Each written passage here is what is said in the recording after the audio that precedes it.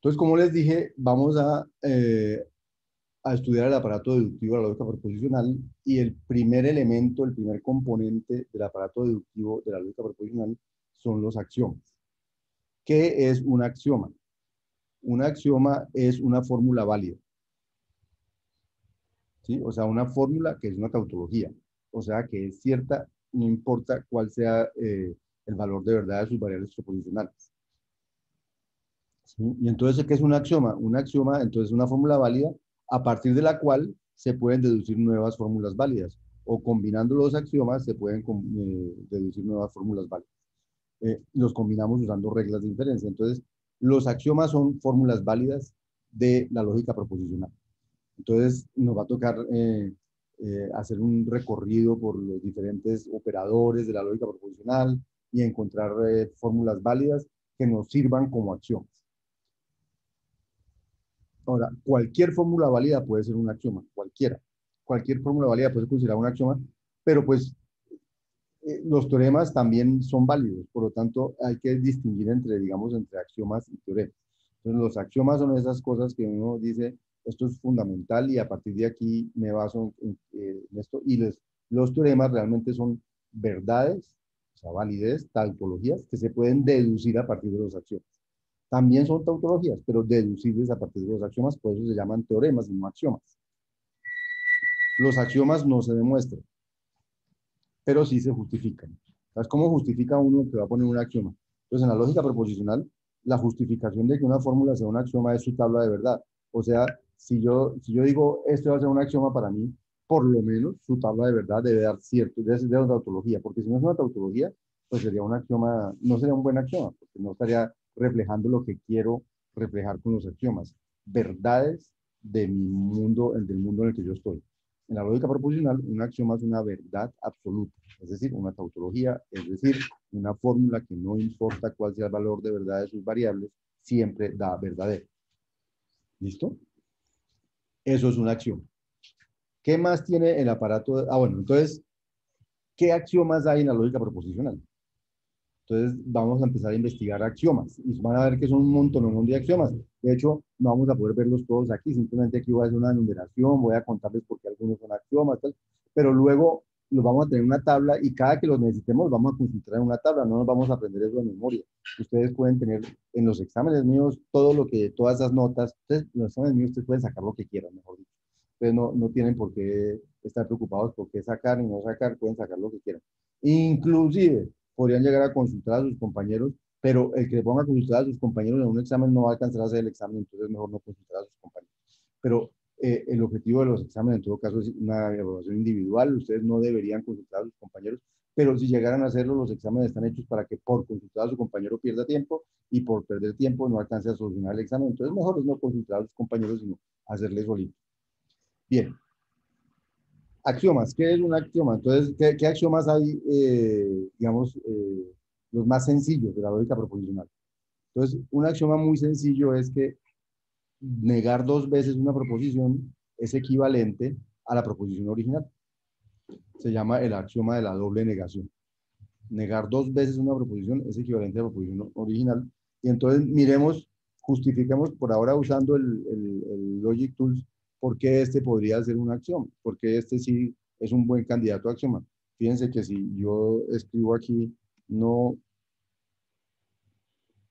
la negación de P es equivalente a P, y le digo que arme la tabla de verdad, entonces la tabla de verdad dice que eso siempre da verdadero, o sea que esto realmente es una tautología.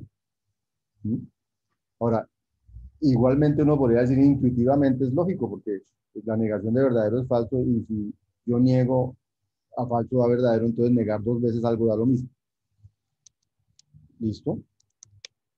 Entonces, ese es un axioma. Doble negación es equivalente a... Otro axioma, falso es equivalente a la negación de true. Ese axioma se llama la definición de false. Y el otro se llama no falso, es equivalente a true, esa es la negación de falso. Entonces, esos dos son axiomas. O sea, aunque a uno se lo dicen, hay dos valores de verdad, verdadero y falso, pues aquí le dicen la negación de verdadero da falso y la negación de falso da verdadero. Esos son axiomas con los que podemos contar y trabajar. No, eso no se demuestra, esos son verdades de esta lógica proposicional. Los axiomas que tienen que ver con la conjunción, axiomas de la conjunción. Entonces, por ejemplo, este axioma, P conjunción true, siempre da el mismo P. ¿Sí? Y entonces a ese axioma se le llama la identidad de la conjunción. Porque, ¿qué es? Un operador es neutro, perdón, un operador tiene identidad si hay un valor con el cual siempre da lo mismo. Por ejemplo, en la suma, todo número sumado más cero da el mismo número, entonces el cero es la identidad de la suma. O en la multiplicación, el uno, todo número multiplicado por uno da el mismo número, o sea que el uno es la identidad de la multiplicación. En la lógica, la identidad de la conjunción es true, porque si yo hago true y true me da true, y si hago falso y true me da falso, o sea, si hago P y true me da el mismo P. Entonces, ese es un axioma, que P y true siempre da P, que es equivalente. P y false es equivalente a falso, siempre. Entonces, ese axioma se llama la dominación de la conjunción, porque quiere decir que false domina lo que hay aquí. O sea, no me importa qué hay en P, si hay P y false, eso da false. Eso es equivalente a false, por lo tanto, false domina a la conjunción. Eso se llama la dominación. Otro, si yo tengo P, conjunción P, P y P, eso es equivalente a P. Y eso se llama la idempotencia. Es decir, eso no pasa con la suma. X más X no da igual a X, ni con la multiplicación X por X no da igual a X, casi nunca. Entonces, con la conjunción sí pasa eso. P y P y P y P y P y P es lo mismo que escribir P una sola vez. Entonces la conjunción es idempotente, se llama que el operador de conjunción es idempotente. Ese es otro axioma de la lógica proposicional. La conmutatividad de decir P y Q es equivalente a decir Q y P. Significan lo mismo, semánticamente son iguales. O la asociatividad de ese operador, P y Q y R, es equivalente a P y Q y R. O sea, si pongo los paréntesis aquí o pongo los paréntesis aquí, esas dos expresiones finalmente son equivalentes. Por eso a veces uno no pone paréntesis y da lo mismo ponerlos o no ponerlos. No ponerlos lo hace uno porque sabe que donde los pongan la semántica es la misma. ¿Sí? A veces es mejor ponerlos para uno no confundirse, en el sentido de que cuando se combina esto con otro, después uno se confunde, pero en principio a veces uno no los pone porque utiliza esta regla para desambiguar la expresión. La suma, la multiplicación también son conmutativas, la suma, la multiplicación también son asociativas. No, fíjense que son operadores con unas propiedades muy parecidas a las propiedades de la suma y del producto de los números, pero no idénticas. La suma, insisto, no es idempotente, mientras que la conjunción sí. Más axiomas. Si yo tengo P, I, Q o R, entonces eso es equivalente a hacer P y Q, o sea, este primero lo opero con este operador con este, o tomo este operador de adentro, o P el primero y el segundo, P y R, este y este. Entonces, esto se llama la distributividad del I sobre el O. Entonces, así como sabemos distribuirle la multiplicación sobre la suma y cosas de ese estilo, aquí es la distributividad del I sobre el O. ¿Y de cómo se distribuye? Pues cuando yo tenga PI, Q o R, eso es equivalente a ser PIQ o PIR. Insisto, estos axiomas ustedes no los tienen que saber de memoria, pero de hacer ejercicio los van a empezar a dominar y los van a tener en la memoria los más usados. Y es importante tenerlos los más usados porque van a ver que los vamos a usar en las demostraciones.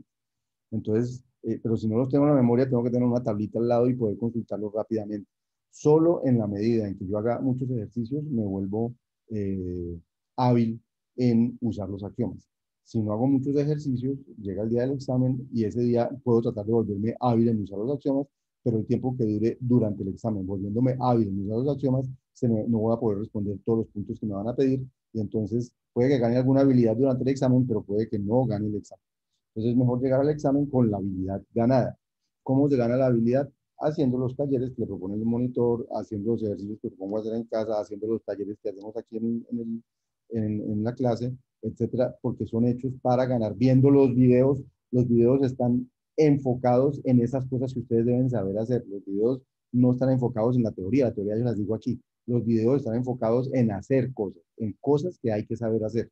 Entonces, viendo los videos también se gana, pero viendo no es suficiente, hay que hacer. Un ingeniero ve y luego hace, porque el que está siendo ingeniero no puede decir, yo sé cómo se hace, pero no lo sé hacer. No, un ingeniero tiene que saber cómo se hace y tiene que saber hacer. Y hacer solo se aprende haciendo. Siguiente axioma del Lee, la negación de la conjunción es equivalente a la disyunción de las negaciones de los componentes. Entonces, no P y Q es equivalente a no P o no Q. A esta regla se llama la regla de Morgan, ¿sí? La regla de Morgan de la conjunción, porque eso van a ver que muchas de estas también existen para la disyunción. Y esta es muy interesante. Si yo tengo P y además C, P o Q, entonces el valor de verdad de esa expresión es equivalente a P. Y se llama la ley de absorción del I sobre el O. PI. O sea, si P es verdad, pónganlo así. Entonces, la verdad de P o Q, pues, si P es verdad, P o Q va a ser verdad, por lo tanto, la verdad de P o Q, eh, esta expresión va a ser verdad. O sea, si P es verdad, esta expresión es equivalente a P. Y si P es falso, falso y cualquier cosa da falso, entonces da lo mismo. O sea que el valor de verdad de P o Q realmente no es importante. Si yo tengo P y P o Q, lo que determina el valor de verdad de esta expresión es P. P o Q no lo va a determinar. Entonces, fíjese que se desaparece Q de aquí. O sea, esa es una manera como de, es un teorema de equivalencia, un axioma de equivalencia que permite simplificar expresiones porque la Q que estaba aquí desaparece de acá. Y el último, cuando tenga P y no P, eso es equivalente a falso. O sea, P y no P es equivalente a falso. O sea, es una expresión que nunca da verdadero, que es insatisfactible. Eso significa P y no P equivalente a falso. Y a eso se le llama una contradicción. Entonces, ese es el axioma de la contradicción en la conjunción. De igual manera, hay axiomas para la disyunción. Entonces, para la disyunción está igual, el neutro de la disyunción o la identidad de la disyunción es falso. P o falso es equivalente a P. Así como había identidad de la conjunción el true, la identidad de la disyunción es el false. P o true es equivalente a true, se llama la dominación, el que domina lo es la true, el que dominaba la conjunción era false. P o P es equivalente a P, o sea que la disyunción también es idempotente. P o Q es equivalente a Q o P, es conmutativa, es asociativa. Es distributiva, también distribuye el O con respecto al I, así que siempre P o Q y R es P o Q y P o R. Entonces, el que estaba adentro sale y el operador que estaba afuera entra con cada uno de los operandos del que estaba aquí doble. La ley de Morgan dice no, la negación de P o Q, entonces niego el primero, niego el segundo, pero ahora la disyunción pasa a ser conjunción, es no P y no Q. La absorción, si tengo P o P y Q, eso es equivalente a P. Y tengo el otro que es P o no P, que es como la contradicción, pero esto es la tautología. Así como P y no P siempre da falso, P o no P siempre da true. Porque una variable funcional es verdadera o es falsa. Pues aquí dice o P es verdadero o P es falso. Entonces siempre P o no P da true. Esto se llama la tautología o se llama el medio excluido, se le conoce con varios nombres. Esos son axiomas de la disyunción. Ahora venimos con unos axiomas que empiezan a meter la implicación. Entonces, por ejemplo, P implica Q es equivalente a no P o Q. Este es un axioma que se llama, el axioma se llama la definición de implica, pero, pero es muy interesante. P implica Q es equivalente a no P o Q. Y lo vamos a mirar aquí en Logic Tools porque ese es uno que merece verlo. Si yo hago la tabla, hagamos la tabla de P implica Q. La tabla de verdad de P implica Q. Uy, ¿qué pasó ahí? P implica Q. La tabla de verdad de P implica Q. La tabla de verdad de P implica Q es esta, ¿cierto? Da, da falso si P es verdadero y Q es falso y en cualquier otro caso da verdadero. Y ahora hagamos la tabla de verdad de no P o Q.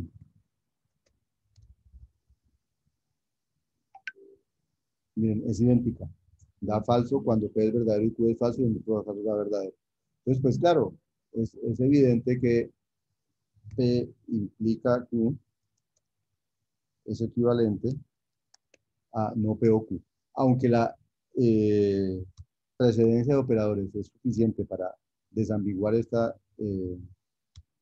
expresión, yo prefiero poner los paréntesis para que no quede duda. Entonces, P implica Q equivalente a no P o Q, lo hacemos y entonces resulta que da uno en cada sitio. O sea que esta es una tautología. O sea que P implica Q es un axioma, es algo que puede ser usado como axioma y lo usaremos como axioma. Y ese axioma se llama la definición de implica y es muy utilizado en las demostraciones porque me permite una implicación utilizarla y volverla una disyunción porque son equivalentes. Entonces, así como uno en álgebra reemplaza iguales por iguales, aquí vamos a ver que vamos a poder reemplazar equivalentes por equivalentes. O a veces hacemos al revés, vemos una expresión así y la convertimos en eso. Se usa para los dos lados, y es muy, muy, muy usado. Profe, Sí, dime. profe, una pregunta, ¿es válido, digamos, yo decir que P implica Q es lo mismo que yo haber, digamos, vuelvo un momentico a la tabla que usted había hecho de P implica Q? Voy a esa tabla, a esta. A ver, haga nomás eso, P implica Q, digamos, nomás P Solamente P implica Q. implica Q. Ajá. Listo, aquí está. Es válido yo, digamos, razonar así, digamos, voy a tomar el caso donde se da P y no Q y queda cero, pues queda falso, el tercero, ¿sí? Entonces, si yo niego eso, estaría diciendo que es verdad, o sea, negar P, digamos P, y digamos negar P y no Q, eso es lo mismo que no P o Q, ¿cierto? Muy buena pregunta, buena pregunta. Porque Pero es que aquí aquí da el cero, entonces sería negar toda esa expresión. O sea, mire no, que tenemos P pero espérate, aquí, espérate, vamos, espérate, porque me estás diciendo no P y Q, ¿cierto? negar P, o sea, negar ¿Mm? paréntesis P y no Q. Ah, sí, claro, va a ser equivalente, va a ser equivalente. Entonces, entonces lo que me estás diciendo es que esto es lo mismo que negar La negación de de P P y y no no Q, Q. Eso sí. ¿sí? Entonces, si hacemos la tabla de verdad, eso va a dar que sí, va a dar que son lo mismo. Luego, de alguna manera hemos encontrado ya esta equivalencia, pero también hemos encontrado esta equivalencia, Ah, este bueno, y eso se aplica la ley de Morgan, ¿no?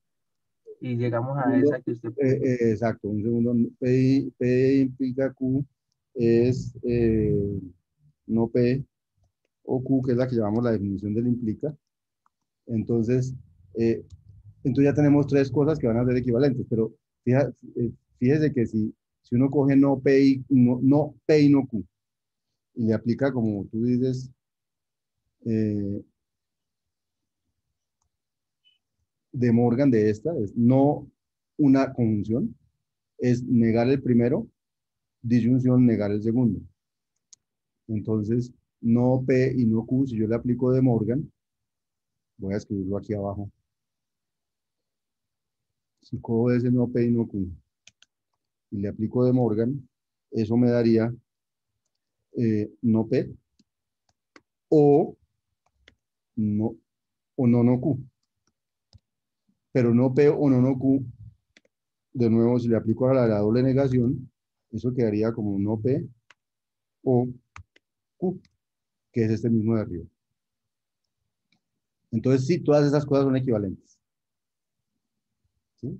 Todas esas cosas son equivalentes y, y algunas son axiomas y otras las deducimos de los axiomas y entonces se vuelven teoremas, pero los teoremas se pueden usar como los axiomas cuando ya son teoremas, ya lo sabemos. Entonces, sí, no sé si eso aclara tu pregunta, ¿cierto? Sí, sí, profe, sí. Tu intervención es correcta. Listo. Entonces, mejor dicho, el o, el i, la implicación, la negación, tienen muchísimas relaciones entre ellos. De hecho, curiosidad, que les voy a decir, curiosidad, la voy a escribir aquí. Aquí la voy a escribir. Una curiosidad bien interesante es cualquier operador binario de la lógica proposicional diferente a la negación y a la conjunción, se puede escribir solo con esos dos operadores. Frase que no está en ninguna parte por ahí, pero se lo acabo de decir. Cualquier operador binario de la lógica proposicional diferente a negación y a la conjunción se puede escribir solo con esos dos operadores. Entonces usted dice, ¿y la implicación cómo la escribo? Aquí me la acaban de escribir. La implicación me la escribieron con negaciones y conjunciones solamente. Y si me preguntan por la equivalencia, también puedo hacer lo mismo. Y si me preguntan por lo exclusivo, también puedo hacer lo mismo. Escribirlo en función del no y del i solamente. Ahora, también es cierto, esa es una frase que es cierta, también es cierto la siguiente frase. Cualquier operador diferente al no y al o se puede escribir solo con esos dos operadores. También podríamos usar solo esos dos. O sea que realmente solo se necesitan dos operadores lógicos para poder modelar todos los otros operadores lógicos. Sin embargo, eso no me da la suficiente expresividad. Entonces me tocaría escribir todo en función de solo negaciones y conjunciones o negaciones y disjunciones. Entonces uno le agrega expresividad a su lenguaje con los otros operadores, con el operador de lo exclusivo, con el operador de, con el exclusivo, con el ampersand, con la implicación, con la doble implicación, o sea, la equivalencia.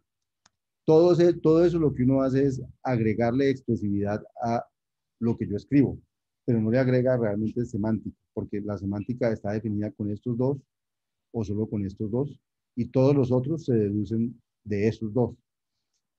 Pero todos estos sirven, entonces cuando uno va a escribir, y la alguien dice sí, solo sí, pues escribo esto, mientras que si no tuviera esta doble flecha, me tocaría escribir lo mismo, pero con esto, y entonces me voy a demorar más, ¿cierto? Porque puede que, puede que yo tenga un axioma, pues vamos a ver de la equivalencia, que diga que P equivalente a Q es lo mismo que, lo que es P y Q, o no P y no Q. Entonces ya me quité, ya puedo escribir sin flechas, pero aquí está el I y el O. Ahora, como quiero poder escribir el O con el I, entonces me tocaría usar algún axioma que dijera cómo se escribe el O con el I. Eso, eh, cómo hago, si tengo P o Q, cómo lo vuelvo una fórmula que tenga I, entonces la negación de no P y no Q. Entonces, como yo ya sé cómo escribir un P o Q sin O, solo con negación e I, aquí podría aplicar esa regla aquí y tendría una fórmula equivalente a P equivalente a Q, escrita solamente con negaciones y conjunciones.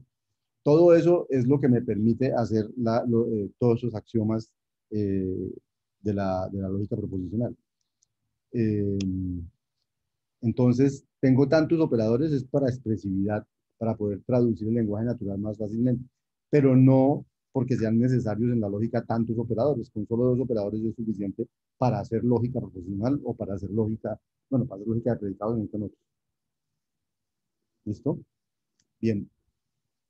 Estos eran, bueno, entonces estamos en los axiomas. Aquí está la definición de la equivalencia. Entonces, vamos a decir que P es equivalente a Q es lo mismo que decir que P implica Q y Q implica P. Entonces, si uno hiciera la tabla, de verdad, voy a quitar todo esto porque no va a ser. Si me dice la tabla de verdad de P equivalente a Q y dice que eso es equivalente a P implica Q y Q implica P,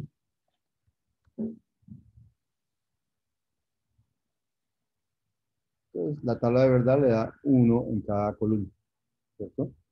O sea que esa es una tautología también, y por eso es una acción. O sea, P equivalente a Q es lo mismo que decir P implica Q y Q implica P. Y uno puede usar esto siempre para los dos lados. O cuando vea una cosa así, la vuelve una equivalencia y la escribe más cortico. O a veces necesita una cosa cortica, volverla más larga y la escribe de esta manera. Uno la puede usar para cualquier lado. Este es el O exclusivo. P o Q de forma exclusiva. Pues P o Q de forma exclusiva, que se cumpla P o Q y uno de los dos, es equivalente, que es el más de nuestro Logic Tools, es equivalente a la negación de la equivalencia. O sea, cuando yo digo que P no es equivalente a Q, estoy diciendo lo mismo que decir, aunque no estoy escribiendo con los mismos operadores, la semántica es la misma que si dijera P es lo exclusivo entre P y Q. ¿Sí? A veces uno le aparece en un lenguaje natural uno exclusivo, y entonces a veces uno lo escribe así o a veces uno lo escribe así, ¿sí? Y bueno, uno lo escribe como lo necesita escribir. Importante es que hay mucha exclusividad para escribir las cosas y son equivalentes. Eso es otro axioma. Y hay un montón de otros axiomas. Por ejemplo, ¿qué cosa ha operado con... esto se llama la identidad de la equivalencia. Cuando yo escriba que P es equivalente a P, eso es lo mismo que escribir true. True es equivalente a escribir P es equivalente a P. No importa quién sea P. Porque P siempre es equivalente a P. Entonces, ahí se llama la identidad de la equivalencia. La conmutatividad de la equivalencia. Si yo escribo P equivalente a Q, eso es lo mismo, equivalente a escribir Q equivalente a P. O sea, puedo conmutar la equivalencia. O la asociatividad. Si escribo P equivalente a Q y eso equivalente a R, eso es lo mismo que escribir P equivalente a Q equivalente a R. O sea que la equivalencia también es conmutativa, la equivalencia también es asociativa, como la conjunción, como la disyunción.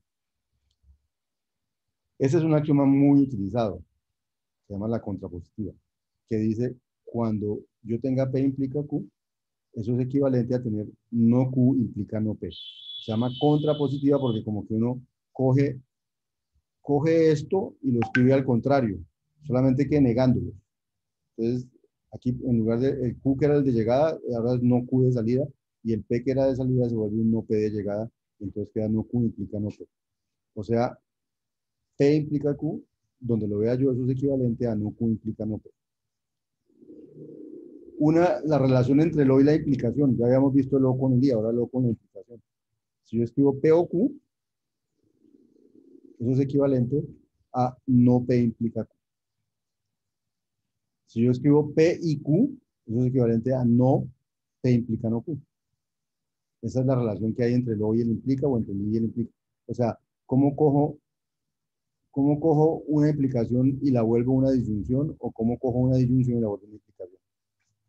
Y aquí es cómo cojo una conjunción, y la vuelvo implicación, o cómo cojo una implicación y la vuelvo conjunción. La negación del implica. Negar que P implica Q es equivalente a decir P y no Q. La distributividad del implica sobre la conjunción. Si yo tengo que P implica Q y también tengo que P implica R, eso es equivalente a decir que P implica Q y R. Digamos que es como lógico, ¿cierto? Si dado P yo tengo Q y dado P yo tengo R, entonces dado P yo tengo Q y R. Y con el O la cosa ya es parecida. Si tengo que P implica Q o si tengo que P implica R, entonces tengo que P implica o Q o R. Ahora, si tengo, esta es la distributividad de la implicación sobre el I. Y nótese que al distribuir se cambia la I por el O. Entonces, si yo tengo P implica R y Q implica R, o sea, si hay dos P y Q que implican R, entonces yo puedo decir, que eso es equivalente a decir que P o Q implican R. ¿Sí? Intuitivamente, cuando tenga P, tengo R. O cuando tenga Q, también tengo R. Entonces, cuando tenga P o Q, tengo R. Aquí viene la del I con la del O con el I. Entonces, tengo P implica R o Q implica R. Entonces, fíjense que la conclusión es la misma R. Entonces, lo que tengo es que si tengo P y Q, también tengo R. Porque tenga cualquiera de los dos, o el P o el Q, tengo R. Entonces, con P y Q tengo R. Y aquí esta de abajo es una propiedad de la implicación. La implicación es asociativa a izquierda. Eh, P implica que Q implica R. Aquí hay dos implicaciones. Es equivalente a que P y Q implica R. Y fíjense que P y Q implica R es esto mismo de arriba. Lo que quiere decir que esto de P implica R o Q implica R termina siendo equivalente a P implica Q implica R. Contrapositiva de la equivalencia. Entonces, cuando tenga P equivalente a Q, eso es lo mismo que decir que no P es equivalente a no Q. O sea, puedo negar ambos lados de una equivalencia y me queda equivalente. Se llama contrapositiva. Igual que hicimos aquí, creo que aquí negamos y tuvimos que poner el lado contrario en la implicación. La negación de una equivalencia. Si me dicen niegue P equivalente a Q, es lo mismo decir que la negación de P es equivalente a Q. También es lo mismo que decir que P es equivalente a la negación de Q. Luego, esas dos, la negación de una equivalencia puede dar esto o puede escribir esto y esas dos cosas son equivalentes. También tengo que la equivalencia es, yo tenía por allí en la anterior, que la equivalencia era P implica Q y Q implica P. También tengo que es P y Q o no P y no Q. O también tengo que el OR exclusivo, el P o Q exclusivo, es que pasa P o Q y no pasan P y Q al tiempo. Todos estos son axiomas de la implicación y la equivalencia, axiomas del I, axiomas del O, todos esos axiomas, insisto, no los tienen que saber de memoria, pero tienen que saber usarlos. Entonces, ¿cómo se usan? Haciendo ejercicios. Y cuando uno hace ejercicios, va y dice, ah, esto qué es, los que más va usando se lo va volviendo, los aprende. Los que usa poco, pues los tiene en una tablita para cuando los necesite.